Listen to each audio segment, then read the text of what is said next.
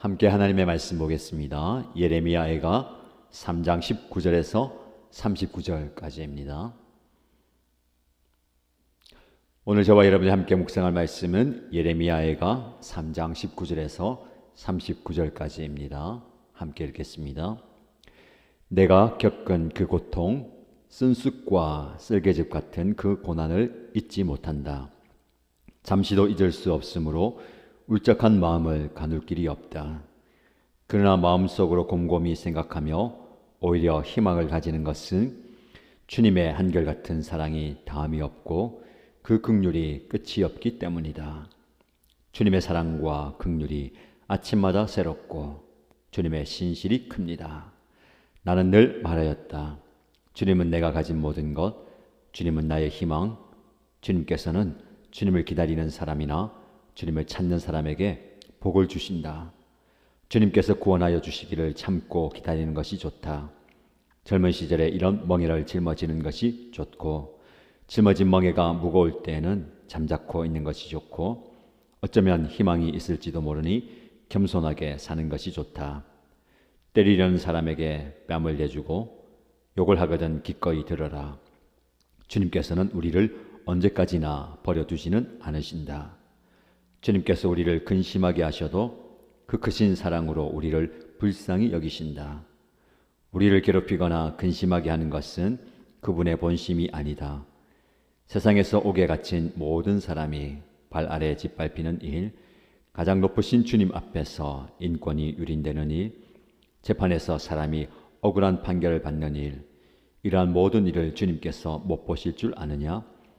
말씀으로 명령하시고 그것을 이루시는 분이 누구냐? 주님이 아니시더냐? 굳은 일도 좋은 일도 가장 높으신 주님께서 말씀하셔서 일어나는 것이 아니냐?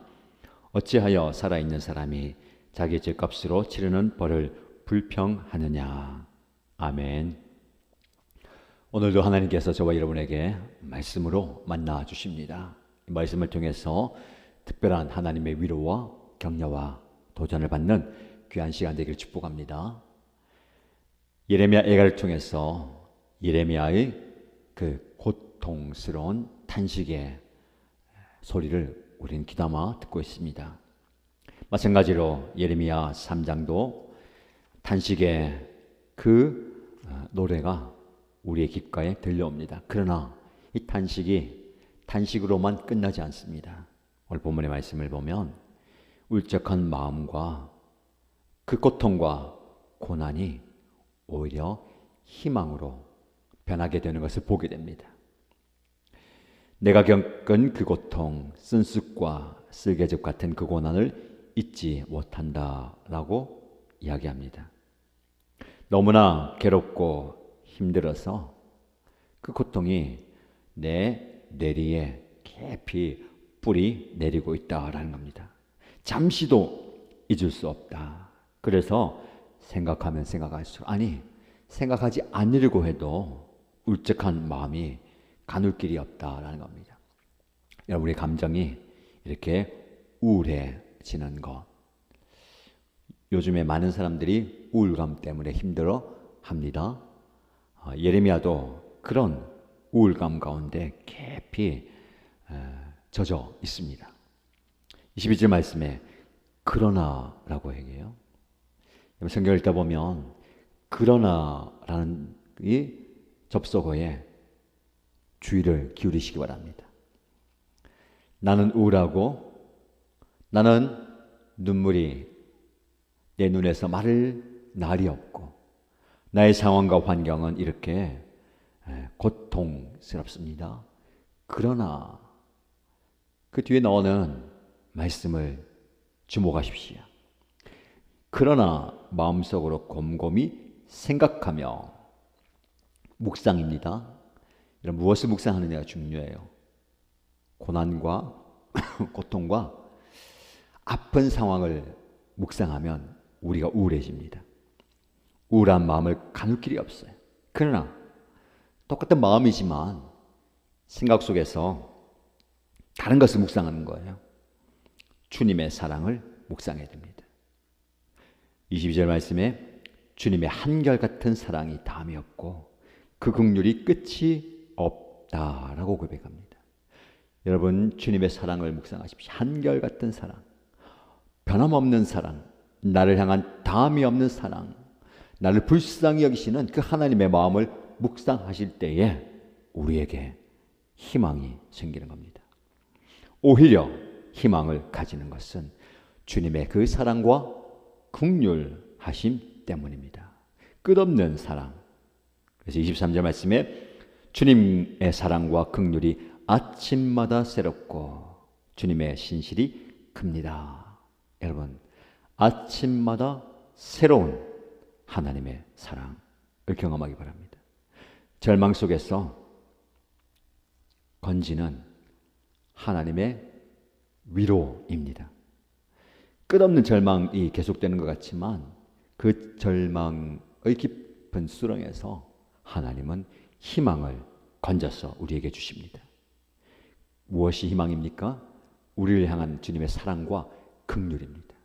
여러분 각자를 향한 하나님의 사랑, 하나님의 긍휼하심이 아침마다 새롭다. 그래서 주님의 신실하심이 크다라고 고백합니다.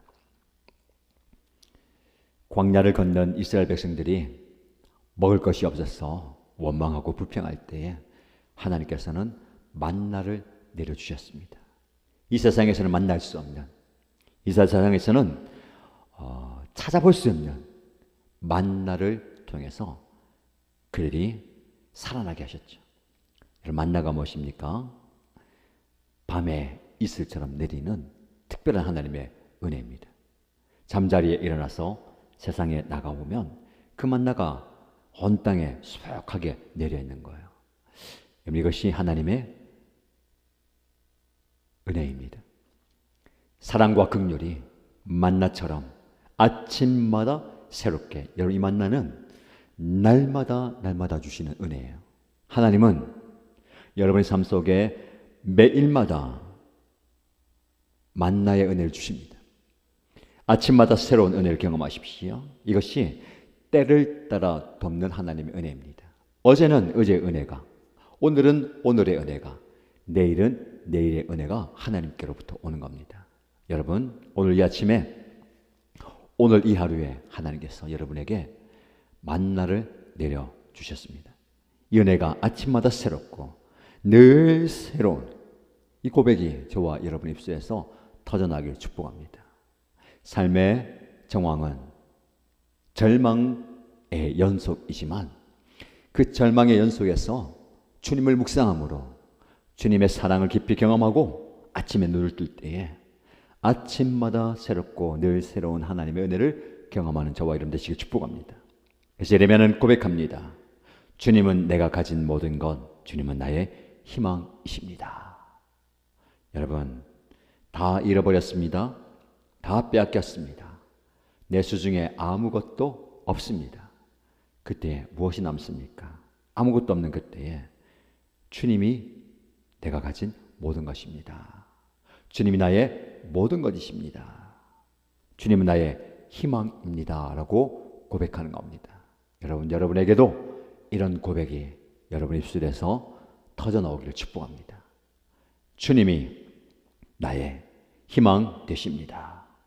주님이 나의 모든 것 되십니다. 감히 우리가 이런 고백할 수 있을까요?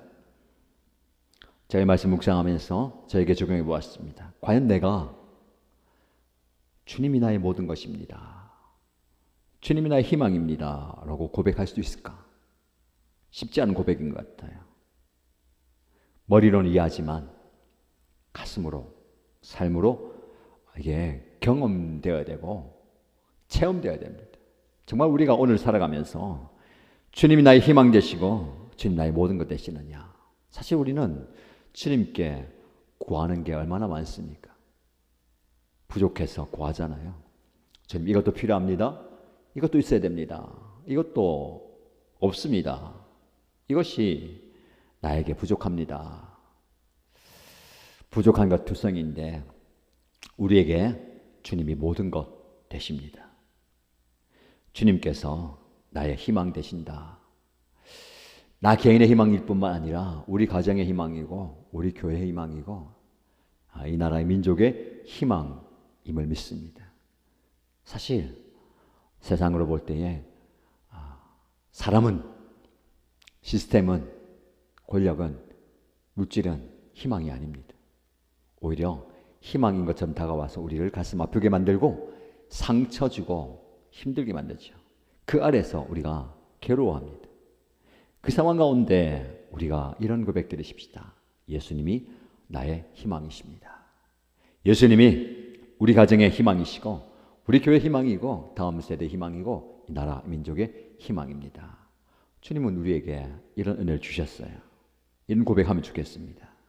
25절 말씀에 주님께서는 주님을 기다리는 사람이나 주님을 찾는 사람에게 복을 주신다. 주님께서 구원하여 주시기를 참고 기다리는 것이 좋다. 어렵고 힘든 상황 가운데 참고 인내하며 기다리는, 그러니까 하나님의 긍휼의 때를 인내하며 기다리는 겁니다. 여러분, 무엇을 기다리십니까? 좋아질 상황을 기다리십니까? 좋아질 때를 기다리십니까? 그것을 초월하는 주님을 기다리십시다. 주님을 기다려요. 주님을 찾는, 다른 게 아니라 우리의 희망 되시는 주님을 기다리고 주님을 찾을 때에 주님이 우리를 만나주시고 우리를 건져주실 겁니다. 이것이 구원의 역사이고 우리를 살리시고 건지시는 은혜입니다. 젊은 시절에 이런 멍에를 짊어지는 것이 좋고 짊어진 멍에가 무거울 때는 잠자코 있는 것이 좋다. 어쩌면 희망이 있을지도 모르니 겸손하게 사는 것이 좋다. 지금 상황 속에서 멍에를 지는 거 어려운 거예요. 멍에는 무거운 겁니다. 속박하는 거예요. 힘겹게 하는 겁니다. 그러나 오늘 말씀해 보면 젊은 시절에 멍에를 지는 것이 좋고 잠자코 있고 희망을 놓지 말아라. 여러분, 멍에는 우리를 옥죄는 것 같지만 이 멍에가 이 공동체를 살리는 힘이 됩니다.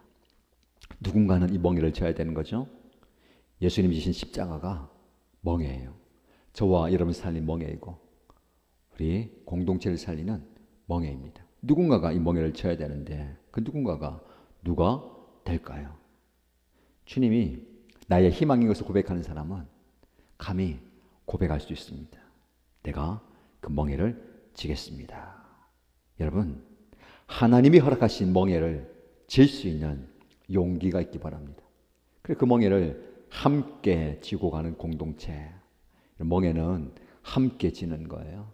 홀로 지는 게 아니라 멍에를 함께 지고 큰 밭을 일구어 내는 겁니다. 힘들지만 함께 멍에를 지고 나갈 때에 하나님께서는 우리 공동체를 통해서 역사하실 줄 믿습니다. 하나님께서 우리 공동체에게 중요한 사명을 주셨어요. 사명이 뭘까요? 주님이 우리의 희망이십니다 라는 것을 선포하는 겁니다. 입술로 선포할 것뿐 아니라 우리의 삶으로 예수님이 우리의 희망이신 것을 보여줘야 합니다. 함께 이 멍에를 지십시다. 복음의 멍에입니다. 영혼 구원의 멍에입니다. 사랑 나눔의 멍에입니다. 피하려 하지 마시고 거부하지 마시고 기꺼이 질 수 있는 용기와 결단이 필요합니다. 하나님이 허락하셨다면 감당할 수 있는 힘과 능력도 주실 겁니다. 오늘 여러분이 오늘 져야 하는 지고 있는 멍에가 무엇입니까? 이 멍에를 빨리 벗어버리고 싶으십니까? 그러나 누군가가 이 멍에를 져야 된다면 그 누군가가 바로 저와 여러분 되십시다. 함께 이 멍에를 지고 여러분의 가정을 책임지고 우리 목장을 책임지고 연합교회를 책임지는, 더 나아가서 이 나라와 민족을 책임지는 저와 여러분 되시기를 축복합니다. 이어지는 말씀을 여러분 개인적으로 좀 묵상하십시오. 하나님께서는 우리를 언제까지나 버려두지 않으신다. 그 크신 사랑으로 우리를 불쌍히 여기신다. 하나님은 우리를 지금도 지켜보고 계십니다. 고통 가운데, 고난 가운데 외롭고 고독하게 우울한 감정 가지고 멍에를 지고 허덕이는 저와 여러분, 하나님께서 우리를 기억하십니다. 그 기억 안에 놀라운 역사가 있는 겁니다. 그 은혜를 경험한 오늘 하루 되시고요, 내일을 소망으로 살아가는 저와 여러분 되시기를 주님의 이름으로 축복합니다.